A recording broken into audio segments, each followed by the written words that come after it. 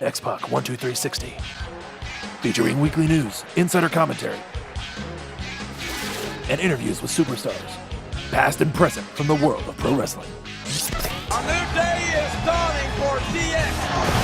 And now, your host, Sean X-Pac Waltman. Yeah, well, 'cause I thought, I don't know why I thought this, but I thought you trained with Brad Rangans. And I think it's just because the way I met you, and you're a University of Minnesota guy. Yeah, so I've been to Brad's place, but Brock trained with Brad a little bit before he came to OVW. But no, I went straight from Minnesota to Louisville, where I was actually trained by Rip and Danny and Danny Cornette. Davis, one of the Nightmares. And Cornette. So how was that, Cornette? You know what? So I've been a wrestling fan all my life. Yeah. It was a bit. I was a little starstruck when I first met Cornette because Midnight Express, and you grew up in South Carolina. Exactly, and that's all I watched. Yeah. So when I first met him, in my head I was like, oh wow, I'm really in the deep end of the pool here as far as wrestling business goes. That's Jim Cornette. He's one of the greatest ever, you know. But at the same time, I was so new to the business, I was still in fan mode. So I was like, that's Jim Cornette. That's one of the most no-good managers in the business. Yeah. You know what I mean? So, but for me, it was fun. Like, my experience at OVW was like, it couldn't have been any better. Like, Danny was a great trainer. Rip was a great trainer. Cornette, he was a great, as far as teaching us television and things like that. Like, for me, it was like an all positive experience. Any negative, like, I hear some people have negative experience with Jimmy, like, anything like that? No. He ever go off on you, yell at you, things like that? Because he's very passionate. I think maybe one time he kind of grilled me a little bit because they were trying to promote something on TV. Yeah. But I kind of wandered out of the screenshot. Wow. And he grilled me. He didn't yell at me. It wasn't anything that, even that I would. As soon as it was done, it was done. Right on. But a lot of people have had a lot of, I know the stories of people having issues with Cornette. Yeah. I'm just not one of them. Like, I've always had a good relationship with everyone down there. Like, I like to call myself low maintenance to no maintenance. Like, I just never had a problem with people. Yeah, the thing is I've never heard one story about you, man. Drama, backstage, anything. No. Nothing, man. That's the truth. Yeah, maybe I need to cause some trouble. Yeah, man. Yeah, you need to start stirring up a little shiz. I guess for me, it's we all come from different walks of life. Yeah. For me, I was a poor kid from South Carolina who, for me, got a chance of a lifetime to be in the WWE. Yeah. I wasn't going to let anything get in the way of that. No bullshit. I mean, I guess there's only one time while in training that I went off on anybody, and it was Randy. Oh, okay. He made a snide remark, and there was one time I took exception to it, but it was, I went to go at him. The guys kept us apart. Yeah. Nothing happened of it, and it blew over. But for the most part, I stayed out of trouble. I was not going to risk what I saw was a golden opportunity over nonsense. But at the same time, I've always been on team sports. I get along with everybody. I choose to focus on the positive rather than the negative of anybody I'm hanging with. I was just thinking about I was talking about Brad Rangans and that and. Mm-hmm. The first time, we talked about this a little bit ago, the first time I met you guys was at the Target Center in Minneapolis. It was SummerSlam. 1999. Yep. Jesse Ventura was the special ref that night. And I think it was Jerry Briscoe introduced me to you guys. Yeah. Yeah. That was the first show, WWE show, either of us had been to. So, it was... For me, like I said, I was a big time fan, so I was like, seeing everyone, and I'm like, man, they're bigger than they look. I didn't realize they were big, and then, meeting Big Show for the first time is quite the experience. Yeah, because, when I look back now, I think, how could I have been so awkward? But like when he went to shake my hand, the first thing I did was like turn his hand over, like, wow, this is a huge hand, Yeah. And, and Paul's like, I consider Paul like one of my big brothers.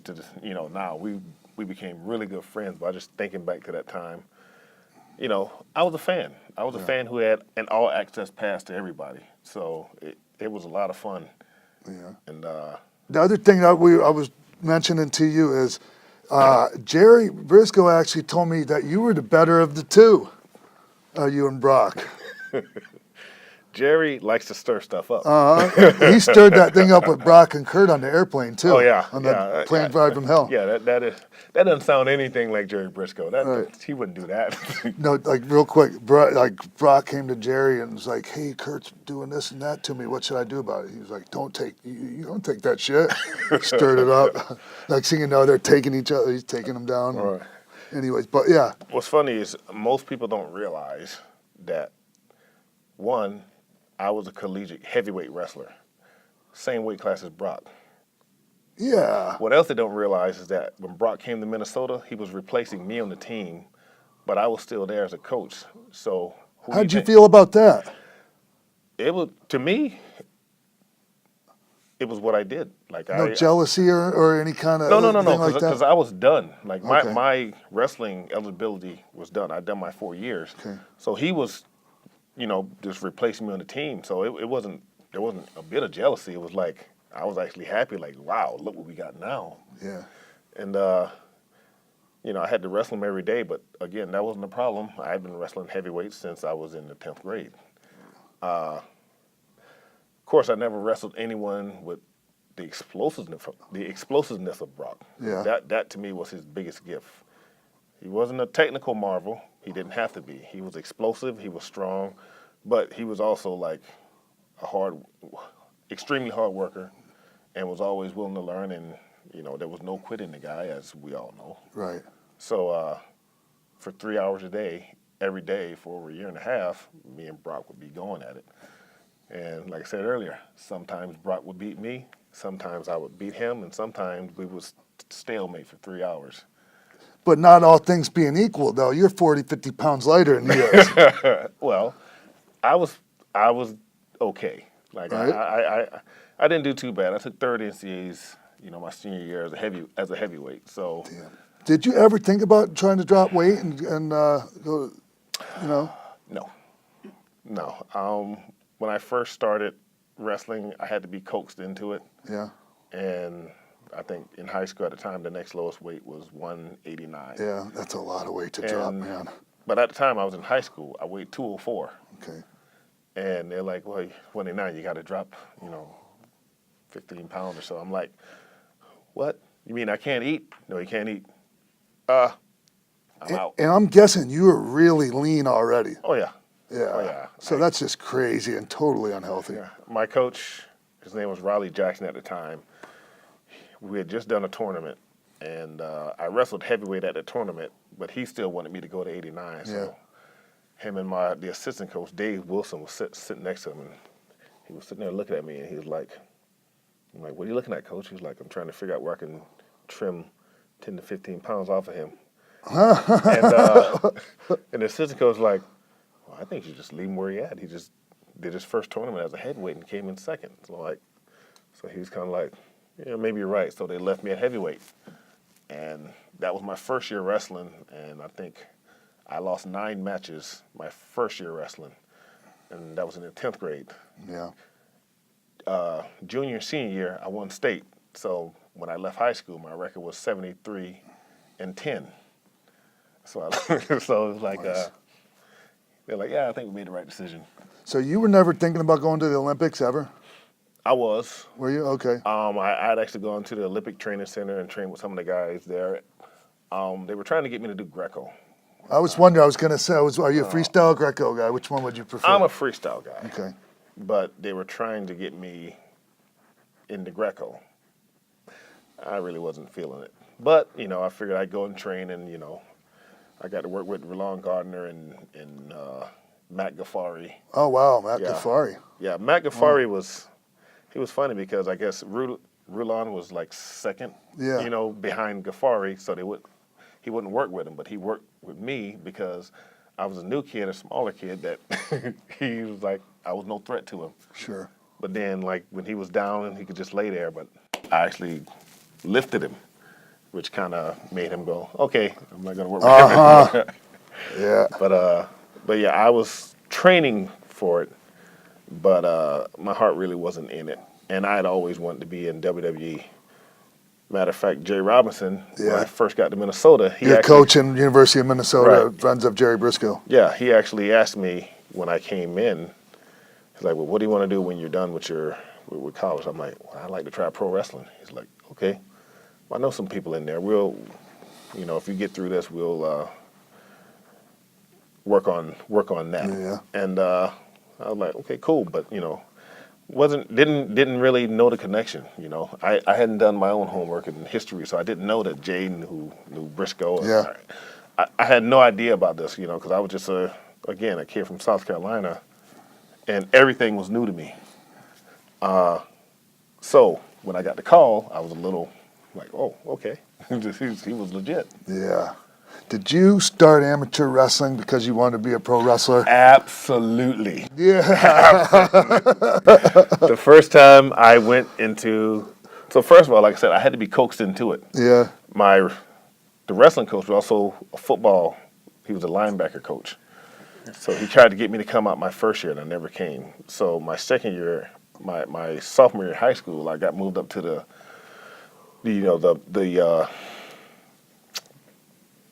starting Varsity? Yeah, the varsity. I'm sorry, the varsity squad.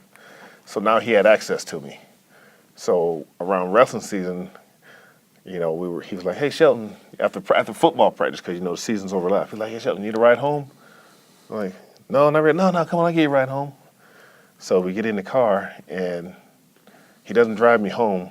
He drives me straight to wrestling practice. And I'm like, what the hell? What's going on? He's like, oh, just practice with us. Like, what are we doing? Because all I saw was a mat in the middle of a gym. I was like, we're going to wrestling practice. I'm like, well, where's the ring? Where's the post? The ring. Yeah. Where's the post? And then, Yeah. But yeah, I totally went in there thinking, I'm like, well, how are we going to learn how to drop kick Yeah. with no rings? Did you ever do pro wrestling matches in the wrestling room? Oh, in the wrestling room, Yeah. at tournaments. Yeah. Like, my team was a bunch of misfits, so we would do pro wrestling stuff all the time, everywhere. Matter of fact, I was that kid running around with cardboard belts, and Me too. we dazzled them and, Yeah. have wars on the playground. I remember we used to test out moves. Like when we figured out the figure four really hurts. Yeah. People, it's fake. Like, no, let's try this. And it was one of those, you don't even realize where the pain is. It's just hurts. This hurts, yeah. So, I've been a wrestling fan, pro wrestling, all my life. So,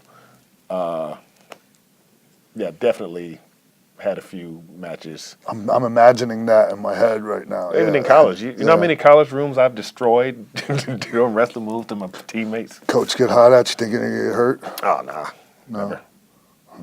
So we were talking about OVW a little bit ago, and then I jump around a little bit because I'm a little, brain damaged. But, man, what a graduating class you were in, man, over there. Who was it? It was you? So it was me, Cena, Orton, Batista.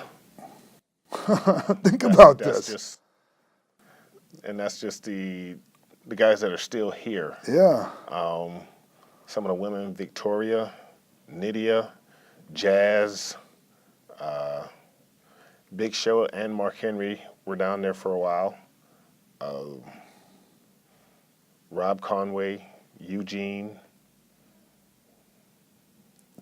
And it was just really, it was good stuff. I remember seeing some of the TVs and that, and it was really like, wow, man, what a good and it shows. It shows how great like everyone turned out being. You know, I always felt like we had the greatest class. You know, not because of, you know, well, obviously with Brock, Cena, and Randy, you look at their accomplishments and what they're still doing, it speaks volume. But I always felt like we were all over-prepared when we finally came here because at the time, no one had made it. So while we were training, there was, you know, I guess Bull Buchanan was the only person who had been on TV and, you know, actually came to OVW for a while. But aside from that, none of us had really made it. So all of us felt like we had to make each other better. Yeah. Because plus there were two other developmentals, one in Memphis. Well, there was one in Cincinnati. Cincinnati, it was like HWA. Yeah. So there were those three, and of course we don't know how the system worked.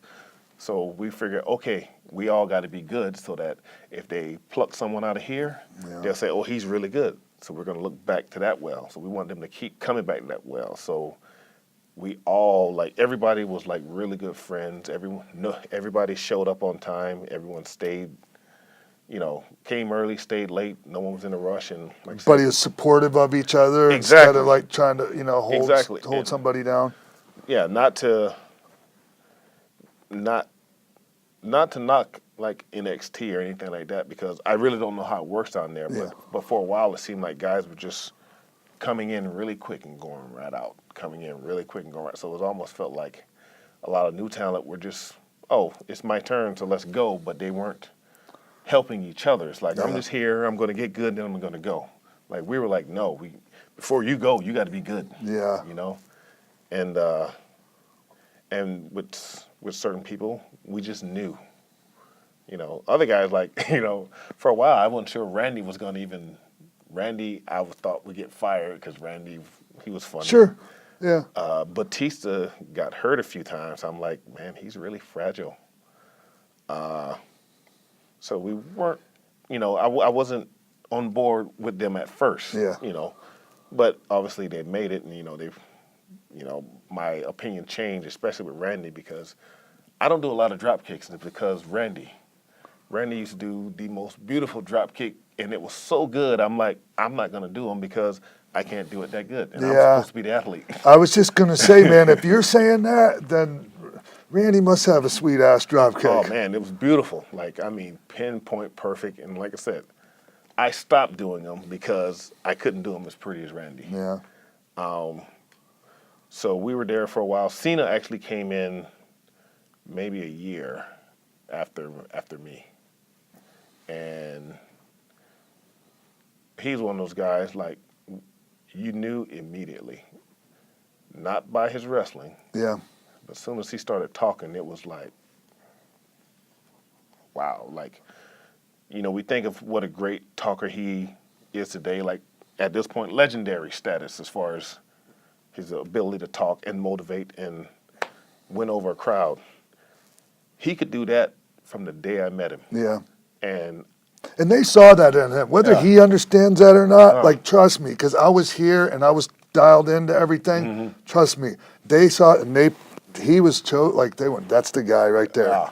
And I don't care what anyone says. I was like, how in the hell did you get so good at that? Like, I remember asking him, this is an OVW, and he said, oh, I just sit at home and talk to myself in the mirror a lot. Yeah. Really? And, like, I wish, you know, when you look back at your own career, that's one of the things I wish I had picked up on. Like, you know, success leaves crumbs, and he had left a little crumb there, but at the time I didn't recognize it because I wish you know, if there's any shortcoming in myself, like, you know, I wish I was a better talker. Me too. That's the one thing. Yeah. Wrestling-wise, like, you know, I don't care what anyone says. You can't tell me anything when it comes to a match. When it comes to talking, like, that's the one thing I wish at the time I had understood how important that was and developed it more. Man, when you're as good, Shelton, I've said this before, man, I think you're, like, as good as any, like, there's not a better athlete in wrestling than Shelton Benjamin. That's a shoot, man. And it's amazing how many great athletes there are now. Like the level of athleticism. Oh, it's like I even now I say no. I used to be the greatest in WWE. I look around now, it's like, whoa, like there are some. I mean, some of the guys are doing things like I'm completely dumbfounded by. Like when I look at the 205 Live guys, and I look at the the incredible stuff that they do. Like sometimes I go, how did you even think of that? Like Yeah. they're amazing. Speaking of how'd you think of that, like how'd you guys come up with some of those crazy Money in the Bank spots, man? Because honestly, like WWE run wise, like that's your thing, man. You're the king of the Money in the Bank match. That was completely accidental. I was more like when the first year, I was the new guy. Everyone else pretty established, So when we finally started putting the match together, I didn't know how anything would go, but I was actually late to the meeting because I was doing the video game tournament. So when the tournament was over, I had to go and meet all the guys, and by the time I got there, they had all these ideas, and it was almost like back to back. Edge or Jericho would come to me and go, "Hey Shelton, if I hold a ladder like this, could you do this?" And I would go, "Yeah." Like, "You sure?" I'm like, "Yeah." "Can you show me?" Nail it, no problem. Yeah. Oh, okay. So Edge would come, "Hey Shelton, if I did this, could you do this?" And it was just them going back and forth. It was like they were thinking of the crazy ideas, and I was just going, "Yeah, yeah." "Can you run up the ladder for you?" "Yeah." Did they ever come up with an idea that you said, "No, I don't know if I can do that"? No. No, I mean, it was pretty funny because at the time, I guess I didn't really realize or appreciate my own athleticism.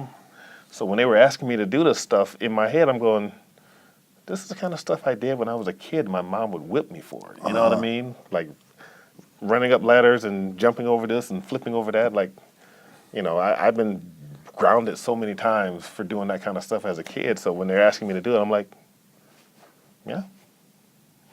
Part of me is like, yeah, why are you asking? Hey, did you feel like a lot of this came easy to you?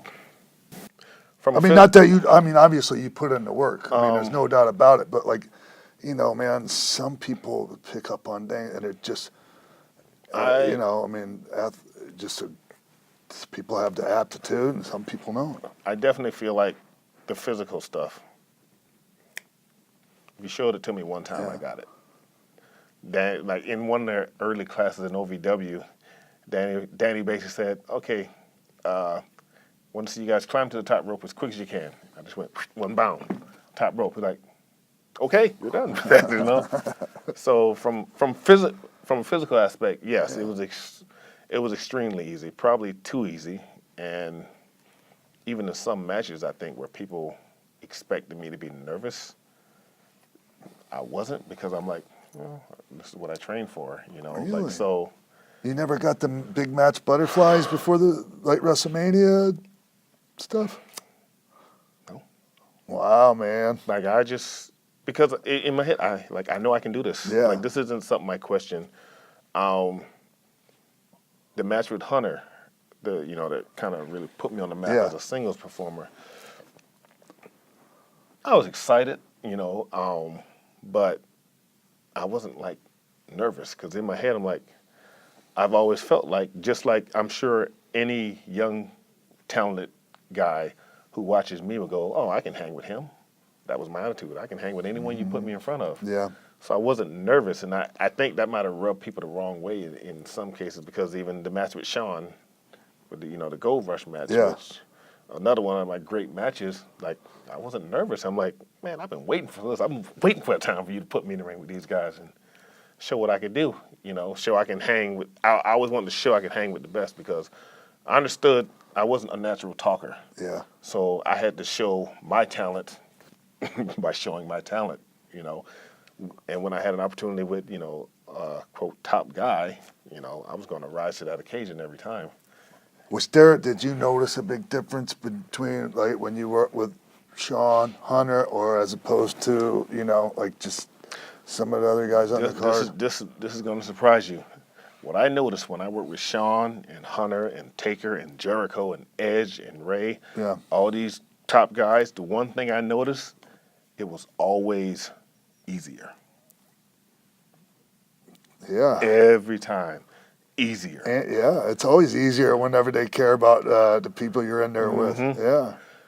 But even from a technical aspect of things, like they, I guess they obviously had better psychology than me, and it was just everything was just so much. It was so much easier to even put a match together.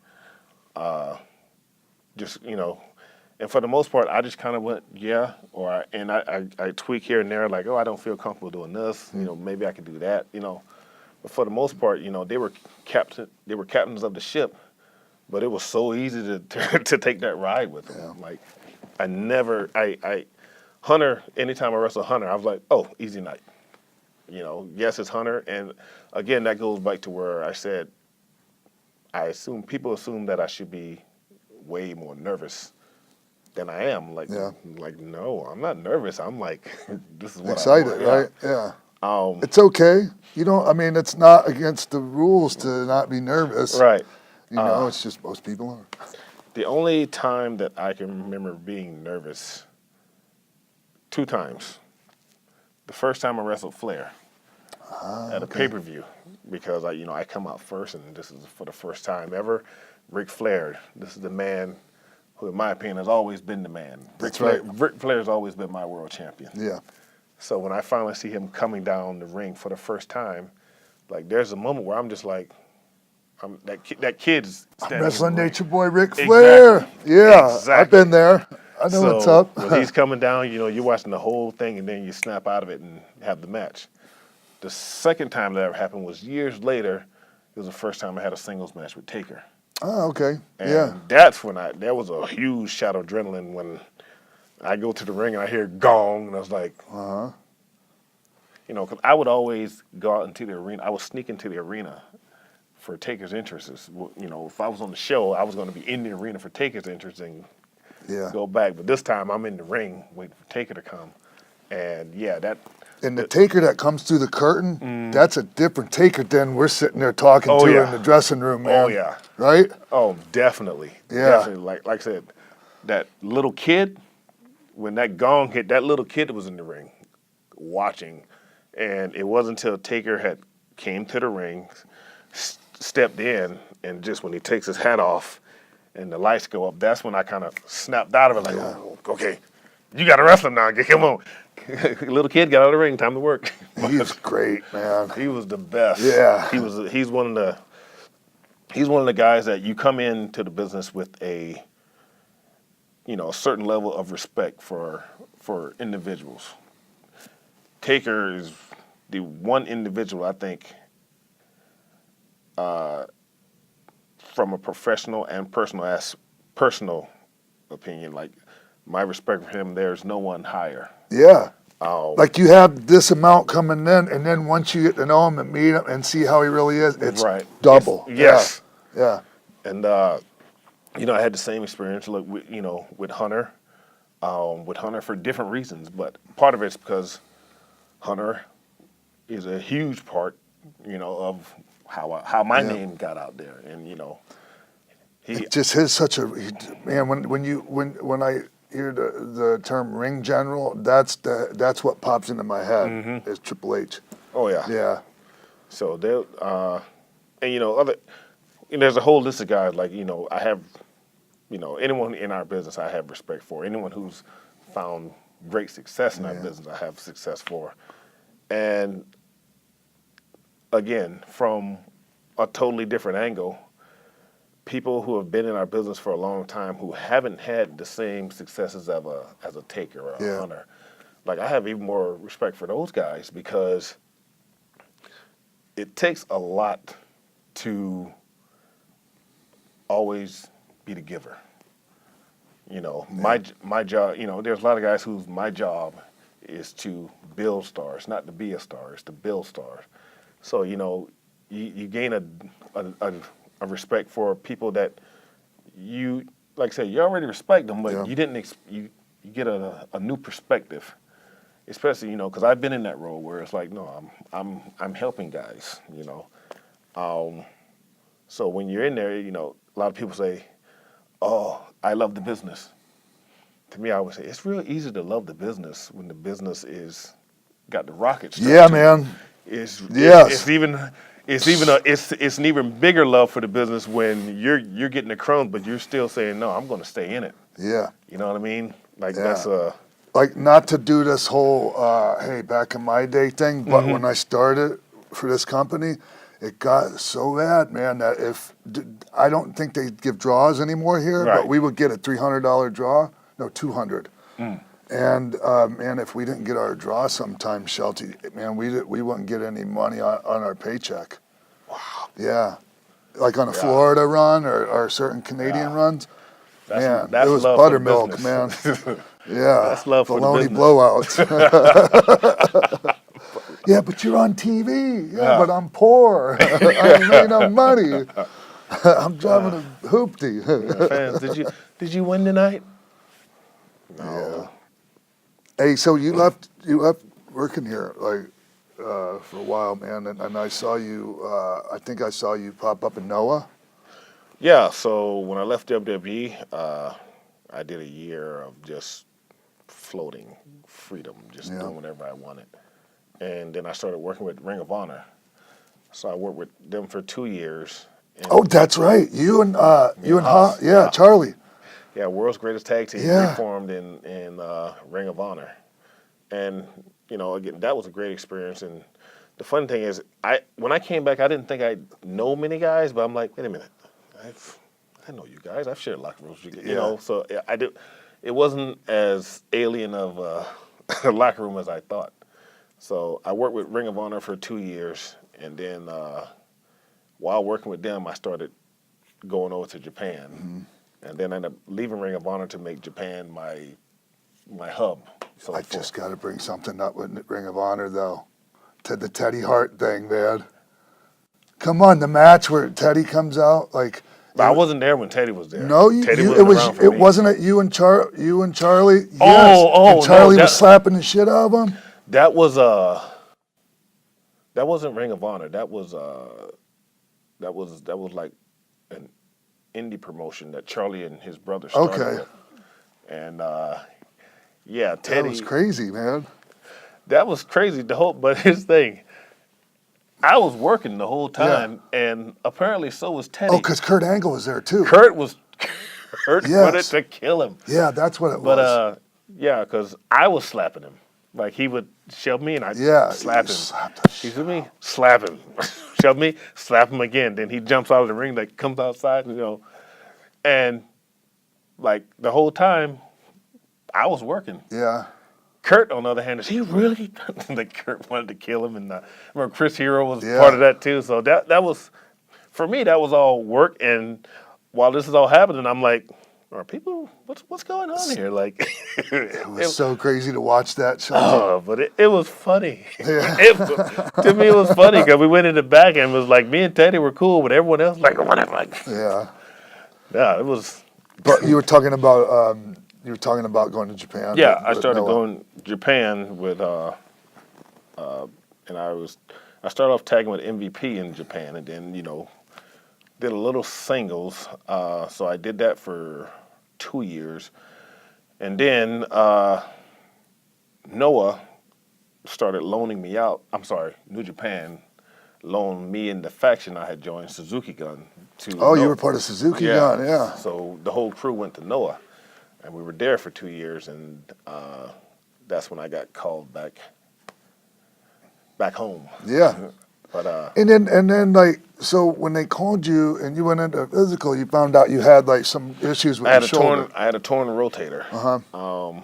And did you even know? I thought I was just a little sore, because when it happened, like I knew something was wrong, I went and saw a doctor, and I got the dreaded cortisone shot that fooled me. And but for the next month and a half, like I was still working, and every day my arm just felt better. So I'm like, oh, maybe it wasn't that bad. But it wasn't until I actually did the physical. They performed this little test and like put your hands together and keep them apart, and I couldn't fight at all with this hand. Then it says, hold your hands to the side and keep me from bringing them down. And like it's like no fight whatsoever. And that was the first time I went, what the, because I've been still in the weight room benching 350, no problem. So the last thing I'm thinking is, well, there's something torn. But had you ever been injured since you started your wrestling career? Because I'd never heard of you ever being injured. 3 months in, I hyperflexed my elbow, and that was, that was my first injury. Were you out for any length of time? I was out for about 4 months. Wow. But that, in OVW, and it was even before me and Brock started tagging. So after that, it's just you've always been really reliable. No. Yeah, all of my injuries, my major injuries happened in OVW. Okay. I separated my shoulder. No, I separated my shoulder 3 months in, and a year later, I hyperflexed my elbow. But between those two injuries, I learned to bump right. Yeah. And after that, no problems. Yeah. Sore just like everybody else, but nothing major. I was really happy to finally see you show up on the TV here, man. And then it was really cool to see that put you with Chad. Well, I wasn't expecting that. Me neither, man. No. That's I would have never came up with that. It's funny because obviously with Chad and his former partner Jason would get comparisons to me and Charlie all the time. And as a matter of fact, it got to an annoying point as far as my Twitter feed. I'd be seeing people, world's greatest tag team too and stuff, Sure. So I see all that. And the first time I actually met him was probably a month before I came back. And the first thing I said to him, like, are you guys as sick of us as we are as you? Right? But so when they paired me and Chad, it was like, I really didn't see that coming, but let's see where this goes. Yeah. So we've been having fun making a few waves, and hopefully we can wrestle those titles away from the Usos at some point. Have you had matches with the Usos? Oh yeah. Yeah. We've you guys must rock it with those guys, We've had a few wars with the Usos and the New Day, and it's. I believe at this point the only team we haven't faced is the Bludgeon Brothers.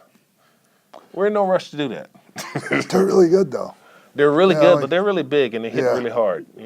I found you don't like getting hit. You don't like getting hit hard. In my advanced stage of my career, I try to avoid as many heavy blows as I can. So I gotta play the wily vet. Hey, so it's a big difference around here since the first time you worked here and when you came back, huh? Yeah, I was a young guy. Yeah. I was the baby in the locker room. Now I'm like, hey, Shelton, how old are you? Don't worry about that. Yeah. Don't even ask. We don't talk about that. Well, I mean, just a lot of things have changed since your first time here. Definitely a lot of things have changed. A lot of things have changed, and a lot of things have stayed the same. Yeah. You know what I mean? Yeah. if you work here, you know exactly what I'm talking about. But but it's still like I'm still here chasing that dream. Like Do you feel like you lived your dream? I've been living my dream. Yeah. You're still living it. Yes. Yeah. I have yet to basically have what most would call a normal 9 to 5 in my adult life. That's a wonderful thing, and right? I'm in no hurry to do so. Hey, do you have any other dreams that you haven't chased yet?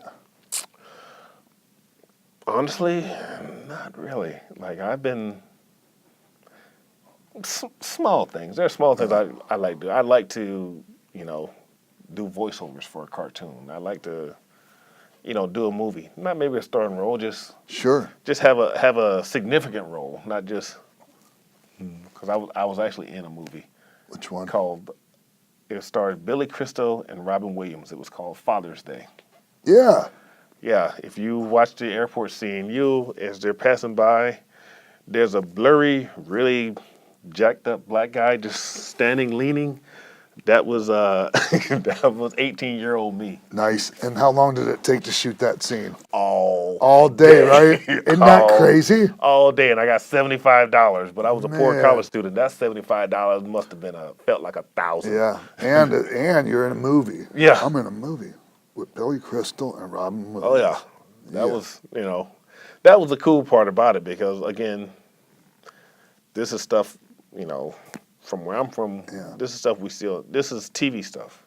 You don't see movie stars, legit movie stars, standing in front of you. You don't see cameras. You don't see all this production. You just see other poor people. Hey, so we were talking about this earlier. Obviously, the whole gun and the freaking glove box, man. And we already talked about this, but can you share with us anything come of that since last everyone's heard? I will say, Budget has reached out to me, the car company. They reached out to me. I spoke with a few of their reps, and they have offered me certain compensations. I'm not going to say what. But, sure. But it's I guess cool. I guess what I was going to say. Are you cool with that? I mean, are you satisfied with I am only because all things considered. All things considered, it could have gone way worse, and all things considered, I'm fine. And a weapon is off the street. Obviously, the owner was not responsible, so the owner shouldn't have the gun. So. And we were talking about this earlier. You think maybe somebody, like you said, trying to ditch it? I would think someone would ditch it because I don't know anyone who would forget. Oh, I put my loaded pistol. But like in the car. The thing is I'm wondering, so unless they rented it in somebody else's name, it would be easy to figure out maybe who left the gun in the car. But I guess that's not for you. Or I don't even. I didn't even think about that. It's just you were telling me you got pulled over, like a couple of days before you found it. So I rented it on a Sunday, and I dropped it off Wednesday morning. But Monday night, while going to the town we were going to have TV in, I got pulled over for speeding. Mm-hmm. Luckily, I have great cop etiquette. You know what I mean? Hands on the wheel. Hands on the wheel. Got all the information right here for you. Yeah. So I didn't look in the glove compartment. He asked me for my information, and I normally just keep it up right in the dashboard. So, just hand it to him. And the cop was cool, There was, I know how the climate is, but the cop was cool. He was like, okay, so where you going? The usual questions. And he's like, all right, I'll let you off with a warning. Just please slow it down. Right on. And that was the end of it. Imagine how it could have went, though, if you went into this one instead of here. When I pulled it out, the first thing I thought about was, what if I had thrown this information in the glove box? Because that's that was the scary part to me, because I was like, there's no way I can explain away how a loaded gun is in my glove compartment. No one would believe that. It's like me. So if I heard it, I'm like, come on, really? You didn't know it? Yeah. It's like me getting arrested for crystal. Did you hear about that? Mm-mm. Wait, I got arrested, and they said I crystal meth. Yeah. But I really didn't. But I had I can understand why somebody's not believing this. Right. Just like I can understand why this police officer doesn't believe that's not my gun. Right. So I vented that budget of me. Yeah. It's just so initially, crazy. But like I said, it's not that. All things considered, in the end, everyone's fine. But he found it, I could have easily been arrested because I can't explain the gun. and there's a whole, domino effect. Once, obviously WWE would not look kindly on that kind of thing, and I have my own personal reputation. Like, I've never been arrested. I've never been in any kind of trouble with the law, and that's one of the things I kind of pride myself on. And you should, man. But in my head it's like, you're not supposed to get in trouble with the law. So even though it's something I pride myself on, it's something I believe, this is just how a lawful citizen lives. Yeah. And that would have been completely blown out of the water because, And, if you want to go the extreme route, obviously we can. Could have been going to a funeral, man. Yeah. So. Like, be honest about this. Yeah. But again, luckily we weren't. Yeah. And the gun's off the street, and happy ending. I get, I got a little bonus from budget. So. Right on. I bet you. So, is it safe to assume you're going to be renting from budget like forever? Oh, they'll be getting my bill. Anyway, hey man, how long are you looking to keep wrestling? We're gonna wrap this up right now. This honestly, is my wrap-up question. I don't want to overstay my welcome. Yeah. But I'm definitely going to stay around as long as the checks keep clearing. Yeah. Well, man, it's really, really cool to see you back here, man, because you're a credit to the industry, man, thank you. And a super, super human being. Thank you. And thank you, man, for taking the time. Thank you, man. Thank you.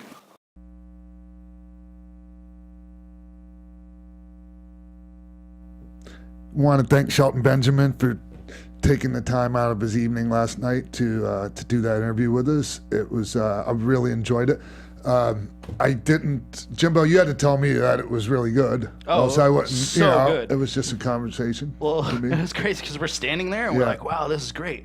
Should we wrap him up? TK, should we wrap him?" Yeah, and TK gives you a little note. And then, that's a great question. Should we wrap him now? Like, no? Okay, cool. And then finally we're like, dude, we gotta wrap this up. Yeah. But you guys could have just kept going and going. It ended right then. That was the proper spot to end it. I exhausted that was pretty much it. Yeah. It was funny too. You're like, we're gonna wrap this up right now. Don't worry about it. So we need to actually wrap this up right now. So go ahead and tell everyone where I'm going to be, Jimbo. Okay, so tomorrow, March 1st, you will be at Second City in Hollywood, co-hosting the Flying Chuck Show with none other than AKA Johnny Morrison, Johnny Mundo, Johnny Impact. It's going to be an improv show. Sean's going to tell some stories. Some improvisers are going to do some acting about it. It's going to be really good. Wait till you see what I do to those improvisers with my stories. At Second City LA on Twitter. It's at 10 p.m. Tickets are available at the door. March 16th, you have a show for One Fall Wrestling in Cleveland, Tennessee. That's right. And then March 17th, you're doing a seminar for that same company for One Fall Wrestling. Info at facebook.com, one Fall Wrestling. And also at WrestleCon, you'll be there all 3 days with That Wrestling Club. Also with That Wrestling Club is Kevin Nash, Al Snow, and Mean Gene Okerlund. Information for that is at thatwrestlingclub.com. And April 21st, you'll be at MCW's Tribute to the Legends convention. Probably just hanging out and signing. Signing, yes. I'm not wrestling. Awesome. Not wrestling there, just signing. Come take some pictures. Throw up some suckets. Bring the new 6 dolls if you want them signed. Things like that. I have one in my car that I want to do an unboxing with you with. We should. Okay. We could. Why didn't you bring it in? Okay. Could have done it on the show, Jimbo. All right. Next week. So yeah, hey, everyone. Follow me on Twitter at Jimbo in the Booth, and follow Shelton Benjamin on Twitter at SheltyB803. Yeah. And you guys can follow me on Twitter and on Instagram at _Denise Salcedo. And you can find me on all social media at Sundown Motel. And please, if you enjoy this podcast, you might enjoy the With Spandex podcast. So check it out. It's also on Westwood One. Is that McMansplaining? It is McMansplaining. Nice. You can find it at McMansplaining or at With Spandex Podcast on Apple Podcasts, wherever you find podcasts. Sweet. When are you going to have me back on? Anytime you want, man. All right. Just ask. Wow, that was very aggressive. All right. Finger guns and everything. You can go on Twitter, The Real X-Pac, IG X-Pac12360, Facebook X-Pac12360 Show. You can follow me on everything at TK Trinidad. I'm still training for the marathon. If you want to donate, you can go on a little byline at TK Trinidad. And birth season's coming up too. Oh snap! Yeah, all right. Water pumps in Africa. We're gonna Yes, get I'm 'em. actually going to Europe. It's gonna be fun. Europe? All right. For the Have whole a party. season. No, the end of the season's gonna end in Ibiza. Okay. Are you going to do any drinking? Of course. A little weed, maybe? No. Ecstasy? Oh my gosh! Not after that one thing that we had that weed thing that had me tripping for like 24 hours. No. Wait, what? That weed sponsor that we had. Whatever. Oh. Yeah, no. Oh, the edible. Yeah, it was not a good look. I knew that was going to happen. Thanks for telling me, Sean. Appreciate it. I'm just kidding. Anyways, hey, thanks everyone for tuning in to X-Pac 12360 right here on the Jericho Network, only on Westwood One. From executive producers Maria Menounos, Kevin Undergaro, Phil Svitek, Sean Waltman, producers Mark Donica, Jimbo Frank, and TK Trinidad, and the entire X-Pac 12360 staff, we would like to thank you for tuning in. Like us on Facebook, rate and comment on iTunes and YouTube. Follow X-Pac on Twitter at TheRealXpac and email us at xpac12360show@gmail.com.